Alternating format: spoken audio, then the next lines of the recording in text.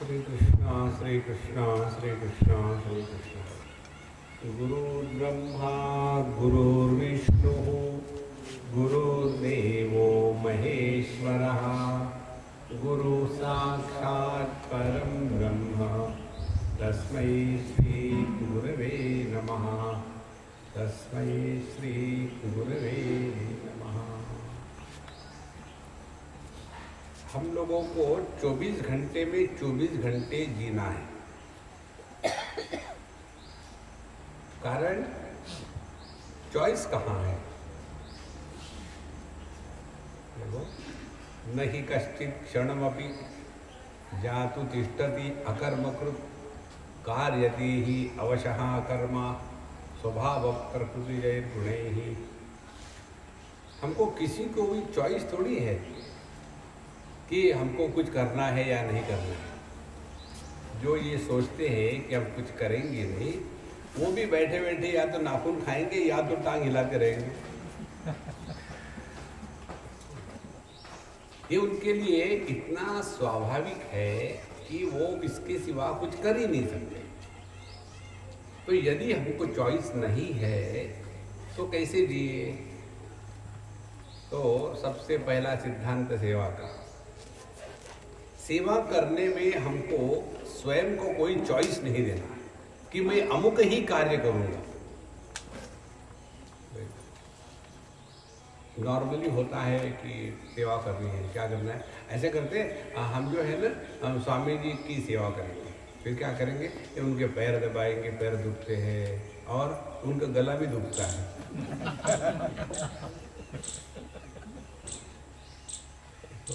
सेवा का तात्पर्य a choiceless performance, whatever comes before us. जो भी हमारे सामने आ गया है उसको बढ़िया से बढ़िया करना, उसको सेवा करना। तो इस सेवा के लिए अपने को चॉइस नहीं देना, इसी को हमारे भगवद गीता में शास्त्रों में कहा है कि हम अपने कर्तव्य कर्म बढ़िया से बढ़िया करें। देखो, जो व्यक्ति, दो बातें अभी हम उससे बात कर रहे थे, जो व्यक्ति लायक होता है, a person who is capable, और विलिंग होता है और जो चाहता है, उसी के पास सब काम पहुंच जाते हैं। जो नालायक होता है और जो विलिंग नहीं है उसके पास कुछ काम नहीं पहुंचता। फिर ऐसे व्यक्ति के लिए क्या समस्या है? फिर वो हमारे पास आ जाए। मुंबई की बात है, एक अम्मा हमारे पास आई, स्वामी जी मैं आपकी सेवा करना चाहता हूँ। हमने बहुत बढ़िया बात है, ये तो कोई कहता ही नहीं, तुम आ गई, बड़ी अच्छी, बताइए क्या सेवा करो। हमने कहा मैं बताऊंगा वो करूंगी या आर्ग्यूमेंट करूंगी? बोले नहीं, आप जो बताएंगे मैं करूँगा। तो मैंने कहा लीव मी अलोन।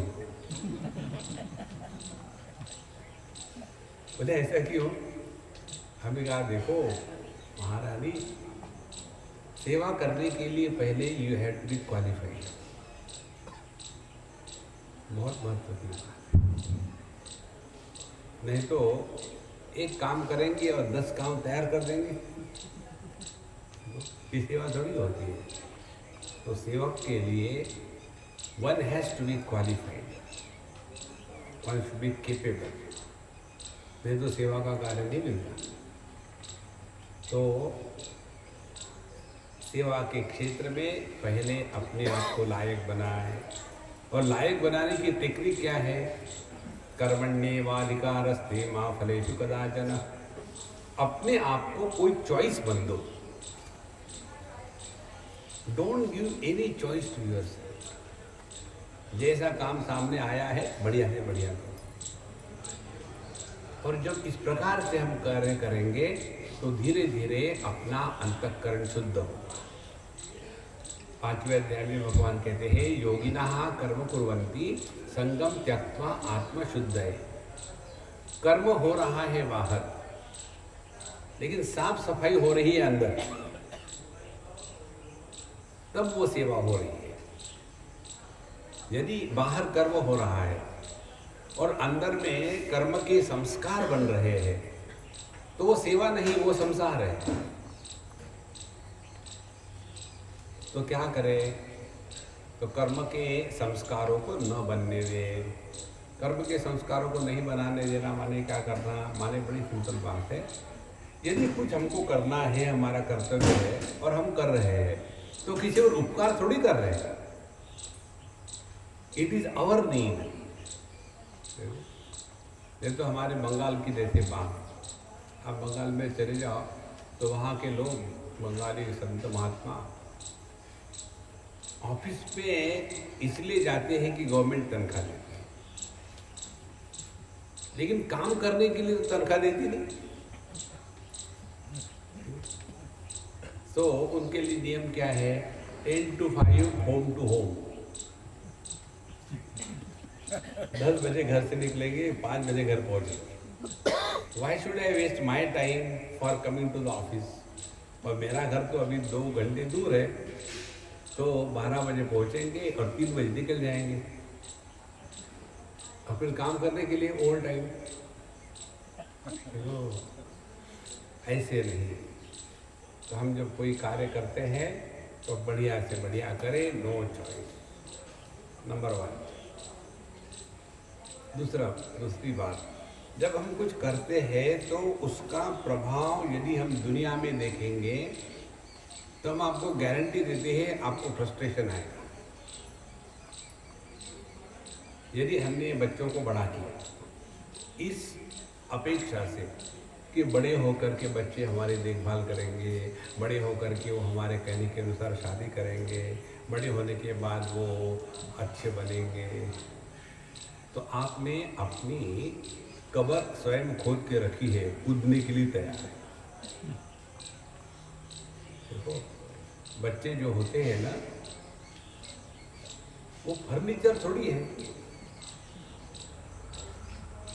वो तो अपना जीवन जिएंगे।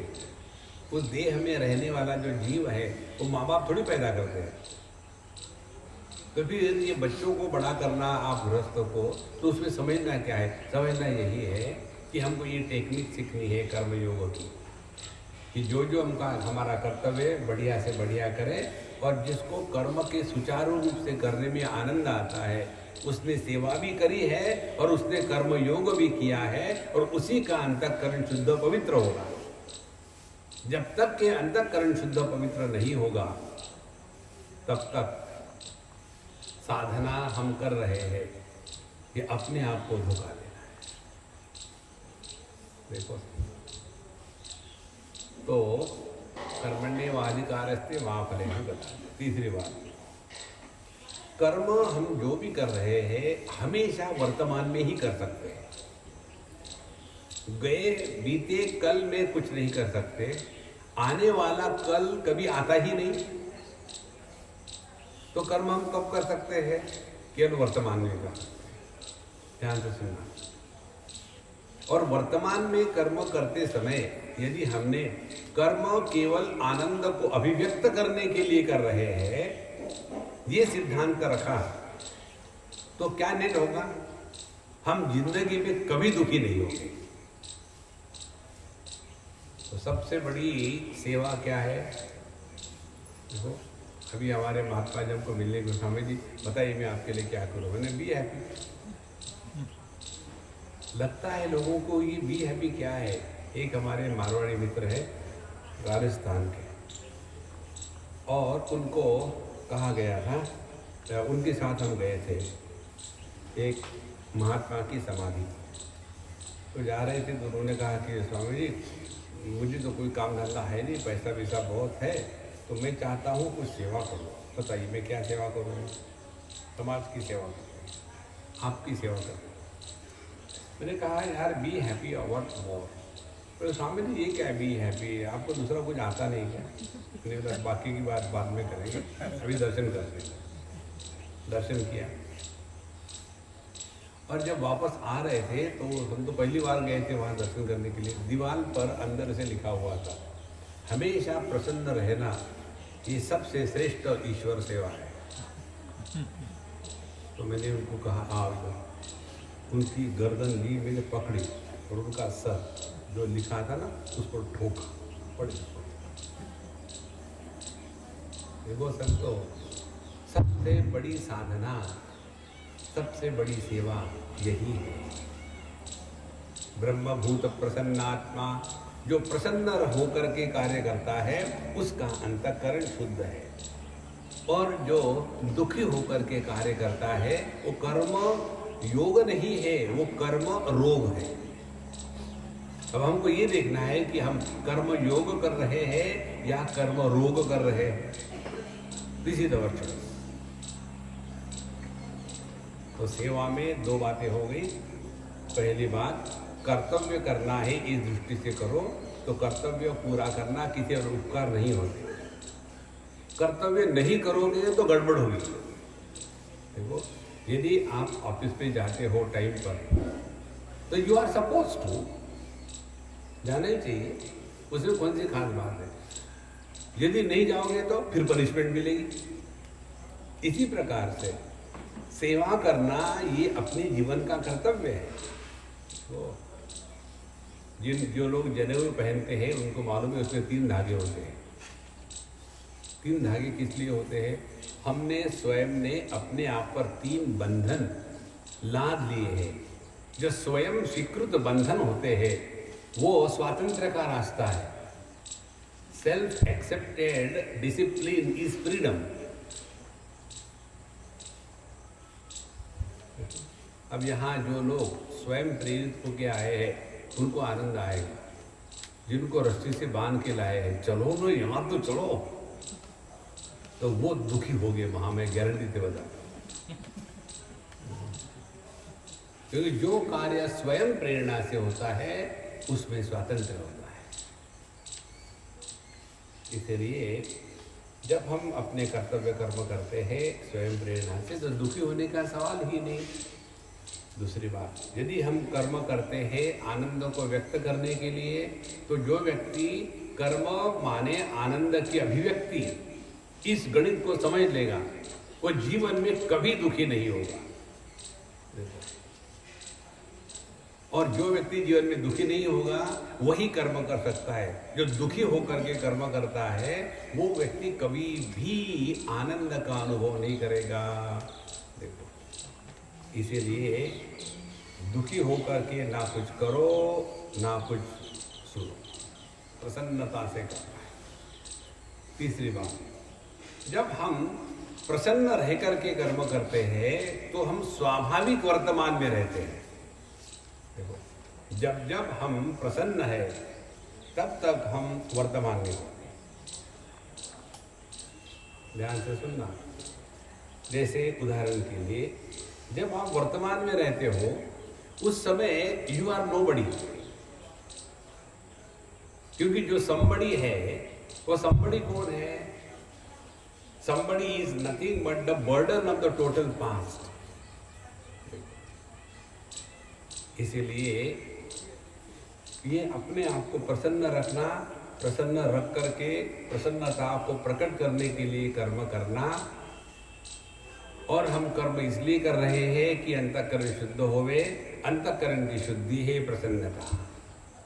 प्रसादे सर्व दुखानां हानिरस्योपजायते।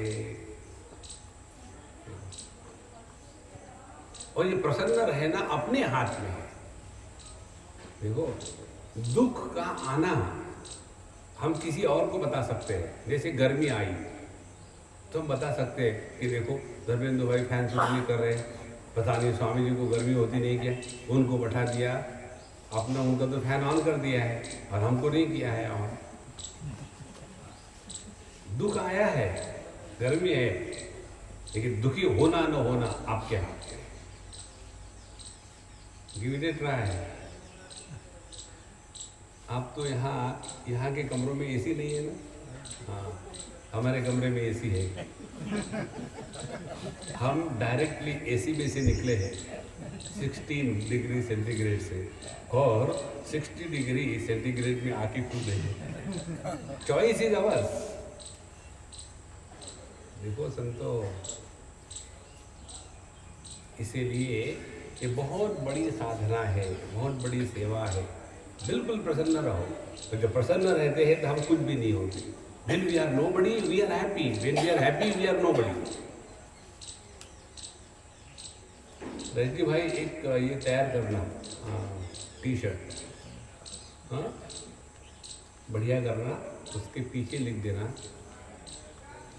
आई एम नोबडी, और आगे लिखना नोबडी इज हैप्पी। कितना सच है। Whenever there is a miserable personality, there is always somebody. देखो, हम पति पत्नी भाई बहन सास बहू इस रूप से दुखी होते हैं। जहाँ व्यक्तित्व नहीं वहाँ दुख नहीं। तो कर्म करने का तात्पर्य क्या है? इस व्यक्तित्व को मिटाना है। और जब इस व्यक्तित्व को मिटाना, इसी को साधना कहेंगे, तो देखो बहुत आनंद आता है, बहुत आनंद आता है। आप लोगों ने देखा होगा, लोग जाते हैं बद्रीनाथ, केदारनाथ या अपने वृंदावन की परिक्रमा करते हैं 1684 कोस की। अगले साल हम करने वाले हैं। तो इसमें कष्ट कम होते हैं क्या? भयानक कष्ट होते हैं, लेकिन उन्होंने स्वयं स्वीकृत की है। तो सेवा का तात्पर्य क्या है? स्वयं ने इनवाइट किए हुए कष्टों के द्वारा कष्टित नहीं होना, तब जाकर के सेवा कर सकते। और यही आध्यात्मिक साधना है। साधना का तात्पर्य ये नहीं है कि हाथ में माला ले ली है और भगवान का सर खा रहे हैं। हमको तो सबसे ज़्यादा तरस आता है भगवान राम का। सबसे ज़्यादा परेशान करने वाले भगवान राम को है। राम राम राम राम राम राम राम राम। मुझे एक ने पूछा था कि स्वामी जी, भगवान राम के साथ हनुमान जी है, भगवान कृष्ण के साथ तो कोई भी नहीं है, क्या कारण है? हमने कहा कारण ये है कि भगवान राम को परेशान करने वाले ज़्यादा भगत है, और जब वो बहुत परेशान हो जाते हैं तो हनुमान जी को उन पर छोड़ देते हैं। हनुमान जी छू, और फिर हनुमान जी जाके उनको खूब डंडे लगाते हैं। फिर भगवान कृष्ण को हमने कहा, भगवान कृष्ण को बोलो, वो सुनते कहाँ है, वो तो अपने बस्ती पे है। भगवान कृष्ण ने अपने कानों में सिलेक्टिव हियरिंग लगा ली है, काम की बातें सुनते हैं, बाकी नहीं सुनते। देखो संतो, जीवन प्रसन्न रहो, इससे ही सेवा हो सकती है। दुखी आदमी सेवा नहीं कर सकता। कितनी सिंपल गणित है, इससे और सिंपल कुछ नहीं हो सकता। अच्छा, अपने दुख से निवृत्त होकर के सेवा करने का जो सिद्धांत है वो इस प्रकार से है। यदि हम अपने दुखों से निवृत्त होना चाहते हैं, उदाहरण ले लो, 3 प्रकार के लोग होते हैं। एक प्रकार के लोग वो है कि जो हमेशा अन्य के बारे में बात करेंगे। जैसा मैं थोड़ा आपको व्याकरण पढ़ाता हूँ। मैं प्रथम पुरुष एक वचन, तू प्रथम पुरुष द्वितीय पुरुष एक वचन, वो तृतीय पुरुष अनेक वचन या एक वचन। तो मैं जब आपसे बोलता हूँ तो क्या बोलता हूँ? वो ऐसा है, वो वैसा है, उसने ऐसा किया, वैसा किया। जो थर्ड पर्सन के बारे में हमेशा बोलता है सेकंड पर्सन को, वो थर्ड क्लास होता है, परनिंदा।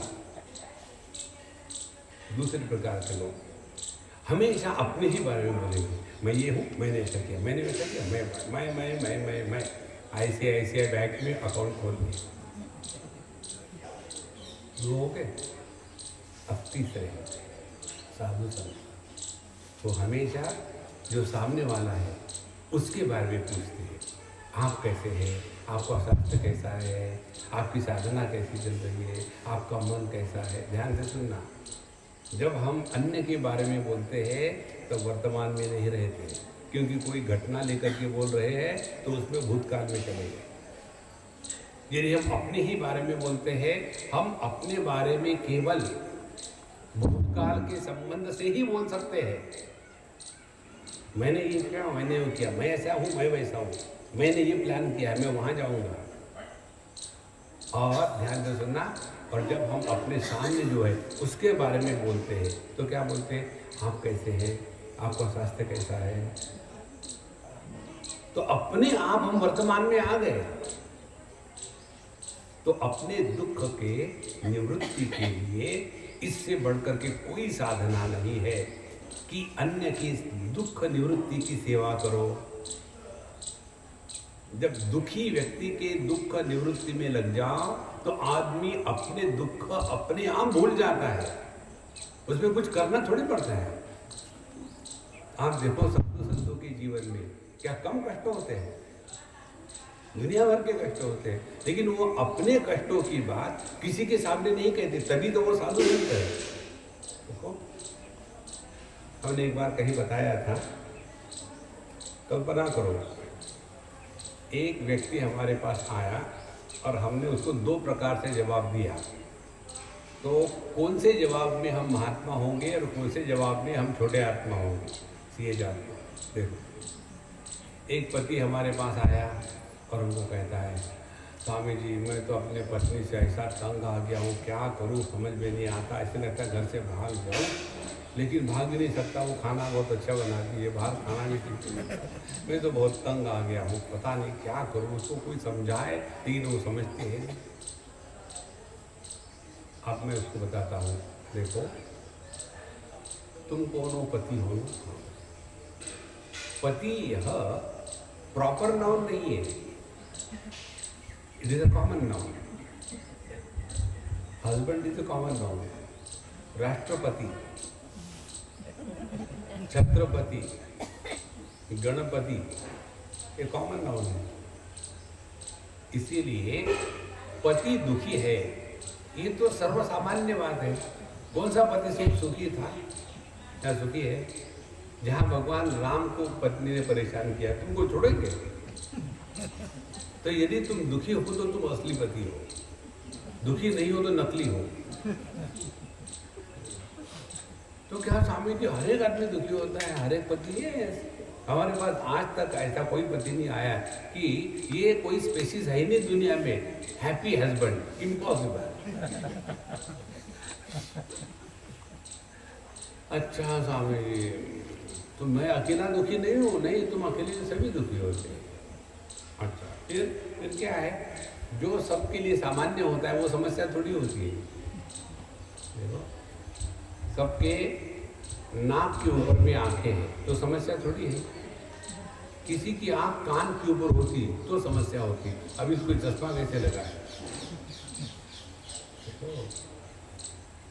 Okay Swami ji, thank you for sparing your time. फिर इसी प्रश्न को हम दूसरे प्रकार से कहते हैं। वो कहते हैं स्वामी जी मैं पत्नी के कारण बड़ा दुखी हूँ, क्या करूँ? और मैं उत्तर देता हूँ, अरे यार तुमको बताता हूँ मैं भी बड़ा दुखी हूँ, पत्नी है ही नहीं। कहते हैं ना कि वो दिन का लड्डू खा के दुखी होना अच्छा है नहीं खा के दुखी होने। तुमने अच्छा किया, अब तो मैं बड़ा दुखी हूँ। अब दूसरा उत्तर यदि दूंगा मैं तो मुझे कोई महात्मा कहेगा? महात्मा कौन होता है? जो दुख होते हुए भी दुखी नहीं हो। ऐसे नहीं कि महात्माओं के दुख नहीं होते। एक लड़की मेरे पास आई, बम्बई की बात है, बहुत पुरानी। Swami ji I want to ask you question. मैंने कुछ बोला तो स्वामी जी बताइए महात्माओं को प्रारब्ध होता है क्या? हमने कहा होता है प्रारब्ध। तो बोलिए फिर आपका क्या प्रारब्ध है? तू आके मेरा सर खा रही हो, और बड़ा क्या प्रारब्ध हो सकता है? देखो संतो ये बात स्पष्ट समझ लेना, अपने दुख की निवृत्ति का एकमात्र मार्ग है दुखियों की सेवा करें। दुखियों पर तरस मत खाना। दुखियों पर ये भी मत समझना कि हम बड़ा उपकार कर रहे हैं। अपने दुख से निवृत्त होने का एकमात्र उपाय है जो दुखी है उनकी सेवा करो।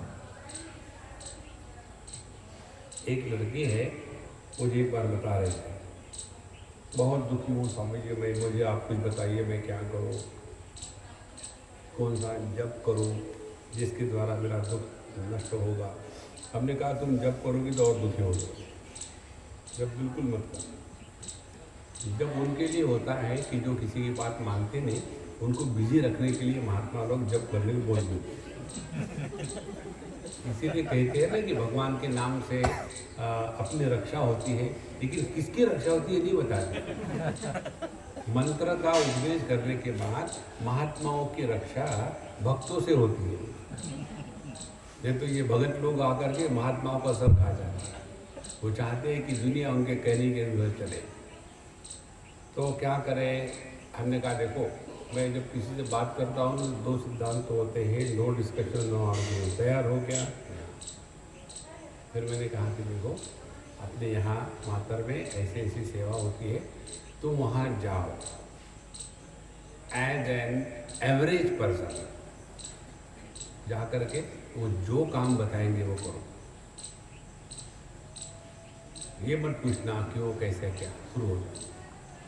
और वो शुरू हो गई 4-6 महाराज। फिर दूसरे बार जब मैं मिला उसको तो मुझे कह के इतनी गदगद हो गई कि स्वामी जी ये बात मुझे पिछले 40 साल में कभी समझ में नहीं आई, जो आपने एक चुटकी में समझा दी। अब मुझे समझ में आता है कि मेरे जीवन के दुख नगण्य हैं, दे आर मोस्ट इनसिग्निफिकेंट। देखो महाराज, सेवा करने से दृष्टि विस्तार होती है, और यदि हम अपने ही वो ककुन में बैठे रहेंगे तो आदमी के जीवन में आनंद कभी हो ही नहीं सकता। आनंद की अभिव्यक्ति कैसी होती है? जब आदमी खुश होता है, हंसता है, तो कैसे हंसता है? मुंह फाड़ करके। आनंद में विस्तार है। जैसे किसी की शादी होती है तो शादी तो खुशी की बात है, एक ही दिन तो होता है खुशी का। तो जब वो शादी की बात होती है तो बड़ा खुश है, तो क्या करेंगे? सबको कार्ड बांटेंगे, हे मेरी शादी आ जाए, मेरी शादी आ जाए, मेरी शादी आ जाए, क्योंकि खुश है, विस्तार हो रहा है। Everybody should know that I am getting married. शादी हो गई और फिर पता चला 1-2 महीने के साल के बाद गड़बड़ी हो गई है, अब डाइवोर्स करना है। अब जब डाइवोर्स करेंगे तो ऐसा कहेंगे क्या? अरे वो लिस्ट निकाल दो, जिनको जिनको इन्वाइट किया था उन सबको फिर कार्ड भेजेंगे, we have decided to divorce, please come and bless us. Divorce के बाद एकदम चुटकी से हो जाती, पब्लिक में नहीं होती, क्योंकि वो दुख की बात है, आनंद की बात नहीं है। तो सेवा में मैं का विस्तार होता है। सेवा में हम अपने एक व्यक्तित्व को डिसॉल्व करके अभिव्यक्ति में एक हो जाते हैं। देखो, और इसीलिए जिनको ये सेवा करने का मौका भगवान ने दिया है, उन पर भगवान की बहुत बड़ी कृपा हो गई। हमारे एक ग्रंथ में आता है, अवधूत गीता में, ईश्वरानुग्रहादेव पुंसाम अद्वैत वासना। ईश्वर के अनुग्रह से ही व्यक्ति के अंतःकरण में अद्वैत के प्रति इच्छा प्रकट हो जाती है, अद्वैत तत्व को जानने की। अब ध्यान से सुनना, अद्वैत तत्व को जानना माने सेवा की परिपक्वता की पराकाष्ठा होना। ध्यान से सुनना इसको। जहां जहां एक ही है इसका अनुभव है, वहां सेवा करते नहीं, वहां सेवा होती है। जैसे हम अपने बच्चों की सेवा करते नहीं, होती है। माँ अपने बच्चे से प्यार करती नहीं, प्यार होता है। लेकिन एक लड़का एक लड़की से प्यार करता है, प्यार करता है इसलिए ये प्यार में गिरे, he has fallen in love. देखो, क्योंकि प्यार किया है ना। माँ प्यार करती थोड़ी है, माँ का प्यार होता है। इसी प्रकार से अद्वैत की वासना का तात्पर्य ऐसे नहीं कि मैं ब्रह्म हूं बाकी का बकवास है, नहीं। एक ही परमात्मा अनेक रूप में प्रकट हो रहा है। यह अद्वैत की अनुभूति कैसी है? ऐसी है जैसे समझो हमारे गाल को खुजली आई तो हमारा हाथ जाएगा खुजलाएगा, तो उस समय गाल हाथ को कहेगा thank you dear so much, और हाथ कहेगा क्या? No no no no welcome. जरूरत ही नहीं है, ये तो नेचुरली हो गया है। और यदि हमारी जिह्वा को हमारे दांतों ने काट दिया तो क्या जिह्वा कहेगी दांत को छोड़ो मियाँ, अब चलो डेंटिस्ट के पास, तुमको हटवा दूंगी भाई। देखो संतो, ये है अद्वैत का अनुभव।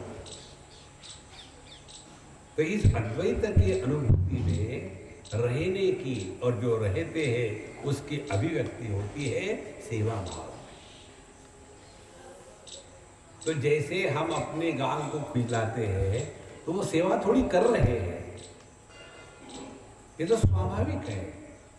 और हमारा सबका ये अनुभव है, कोई छोटा सा बालक जा रहा हो, कभी गिर गया चलते चलते तो उसको उठा देते हैं हम, तो ऐसा वो भाव आता है क्या? देखो एक बाल गिर रहा था, मैं गया और उसको उठाया। कभी आ ही नहीं सकता।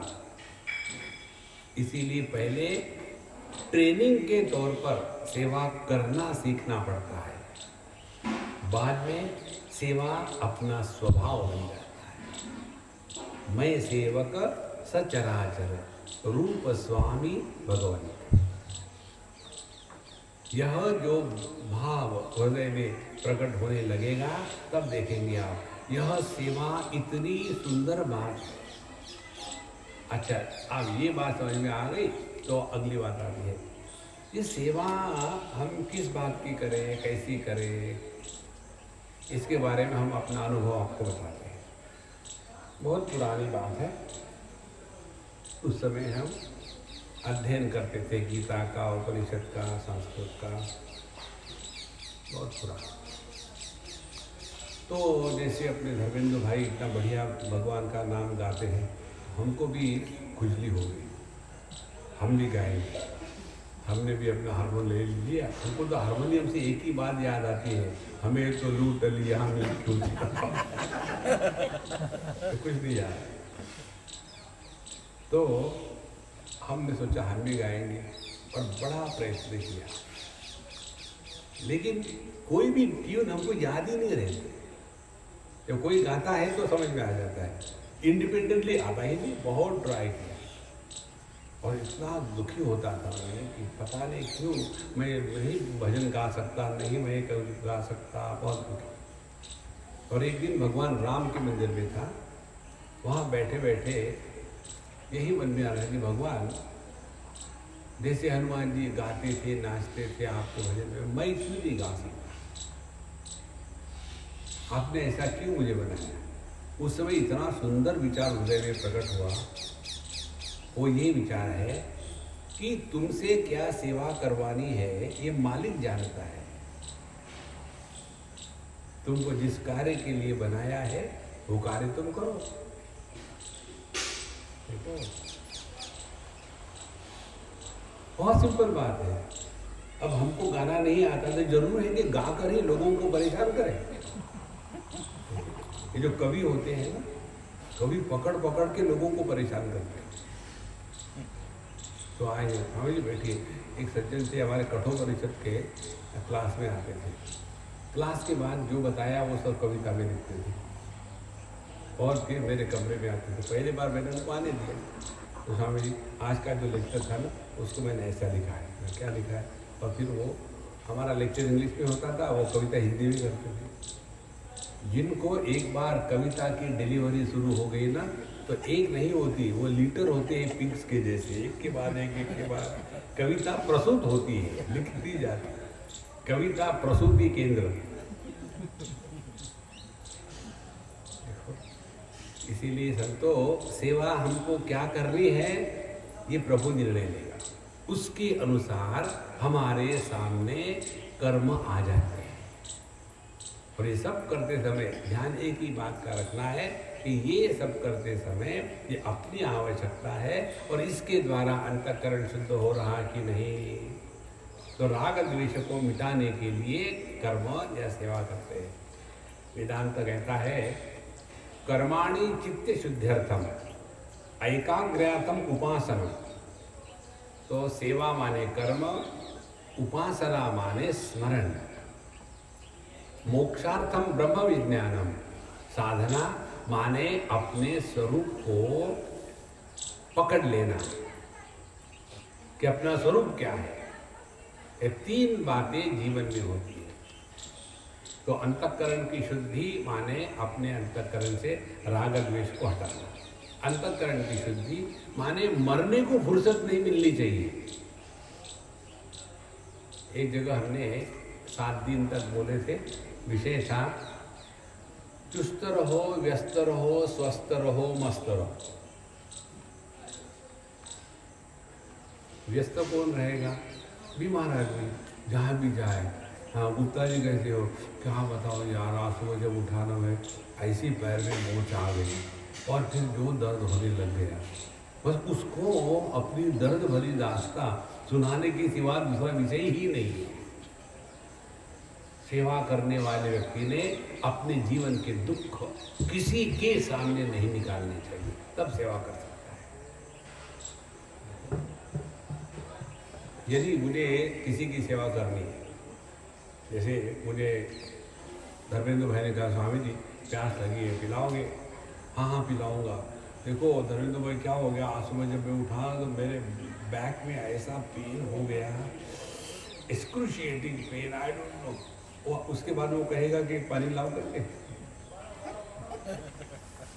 देखो, जो सेवा करना चाहते हैं अपने दुख को जबान पर न लावे, तब सेवा हो सकती है। दुख निवृत्ति के लिए सेवा करनी है, दुख को प्रोपोगेट करने के लिए नहीं सेवा करनी है। हम तो दुखी है, तुम भी दुखी हो जाओ।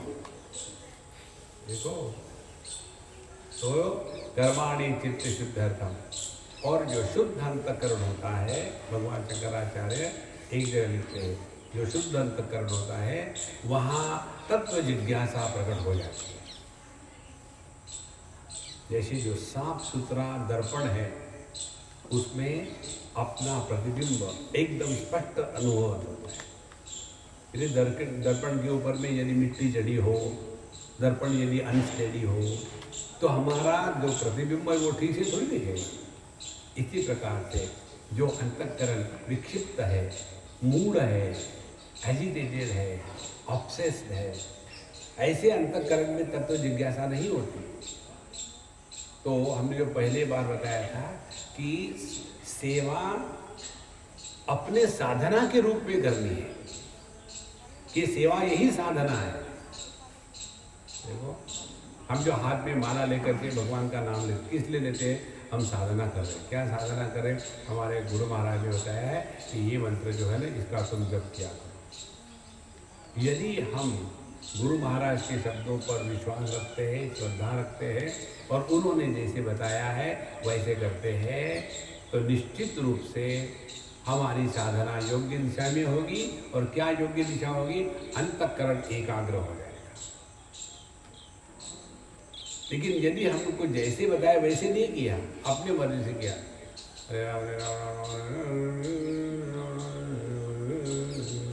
ऐसे जब नहीं होता।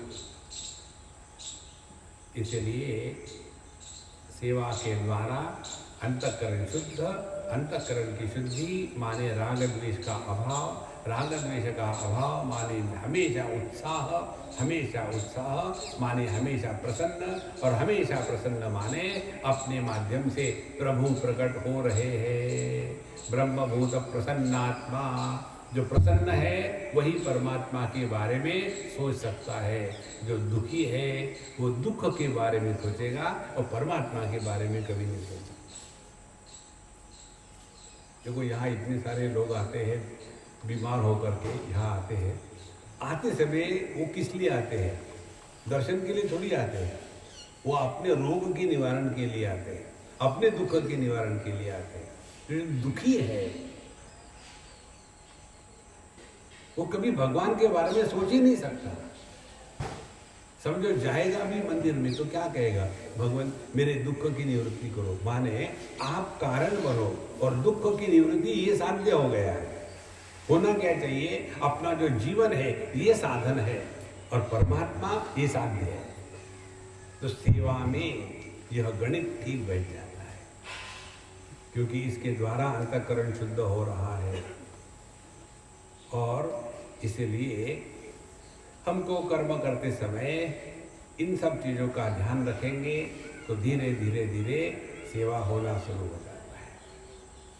अच्छा, सेवा जब हम करते हैं तो उसमें अनेक लोग इकट्ठे हो जाते हैं। घरों में भी पति है, पत्नी है, भाई है, बहन है, भाभी है, सास है, बहू है, जैसे ये आपका सब स्थान है, अनेक लोग इसमें सहकार्य कर रहे हैं। तो सेवा कहाँ से शुरू होवे? सेवा शुरू होवे अपने घर से। जिस व्यक्ति के अंतःकरण में अन्य के प्रति स्वाभाविक आदर भाव जागृत हो जाता है, वही सेवा कर सकता है। बिना आदर भाव के सेवा नहीं होती। देखो, हम आपको उदाहरण देते हैं आदर भाव की बात। अभी हम ब्राज़ील गए थे और एक सिनेमा थे, एक ड्रामा थिएटर में हमको ले गए। बोले स्वामी जी, आप हमारे यहाँ के जो स्टूडेंट हैं ड्रामा सीखने वाले, उनको कुछ एड्रेस करो। तो वहाँ तो पुर्तगीज भाषा बोलते, इंग्लिश नहीं बोलते। तो मैं एक वाक्य बोलता था और एक एक्ट्रेस थी, वो इंग्लिश में ट्रांसलेट करती थी। जब पहली बार मैं उसको मिला तो वो तो एक्ट्रेस है सिनेमा की, बड़ी सेलिब्रेटेड, तो एक्ट्रेस का तो होता ही है ना, अपूर्व एक्सेट्रा करे, हाय हाय करके। तो लेक्चर शुरू हो गया। धीरे धीरे धीरे जैसा उसने लेक्चर ट्रांसलेट करना शुरू कर दिया, उसमें इतना परिवर्तन आ गया, इतना परिवर्तन आ गया। पहले जो एकदम अकड़ करके बात करती थी, एकदम उसमें परिवर्तन आ गया। जिसे आपकी बातें सुन करके मुझे इतना अच्छा लग रहा है, इतना अच्छा आज तक मुझे नहीं लगा। उसके बाद वो हमारी बड़ी फ्रेंड हो गई। फिर हमारा 3 दिन का कैंप होने के बाद दूसरे दिन वही जाना। तो आप दोपहर के क्या कर रहे हैं? मैं कुछ नहीं कर रहा हूँ, बेकार हूँ। बोले चलो मैं आपको पूरा ये शहर जो है सौ पॉलो घुमाती हूँ। वो उसका फ्रेंड और हम निकले, पूरा घुमाया। मैंने उसको पूछा कि तू मुझे इतना घुमा रही हो, तुमको क्या मिल रहा है? बोले मुझे इतनी खुशी आज तक नहीं हुई। देखो, जिस व्यक्ति को सेवा करने से खुशी मिलती है, उस व्यक्ति ने जिसकी सेवा हो रही है उसमें कुछ तो भी श्रेष्ठ जागृत किया है, पहचान लिया है। पहले जब मिली थी तब नहीं। जब उसने देखा कि हाँ यहाँ कुछ है, अपने आप सेवा होने लग जाती है। तो हर एक में क्या श्रेष्ठता है, ये ढूंढने के लिए परेशान होने की जरूरत नहीं।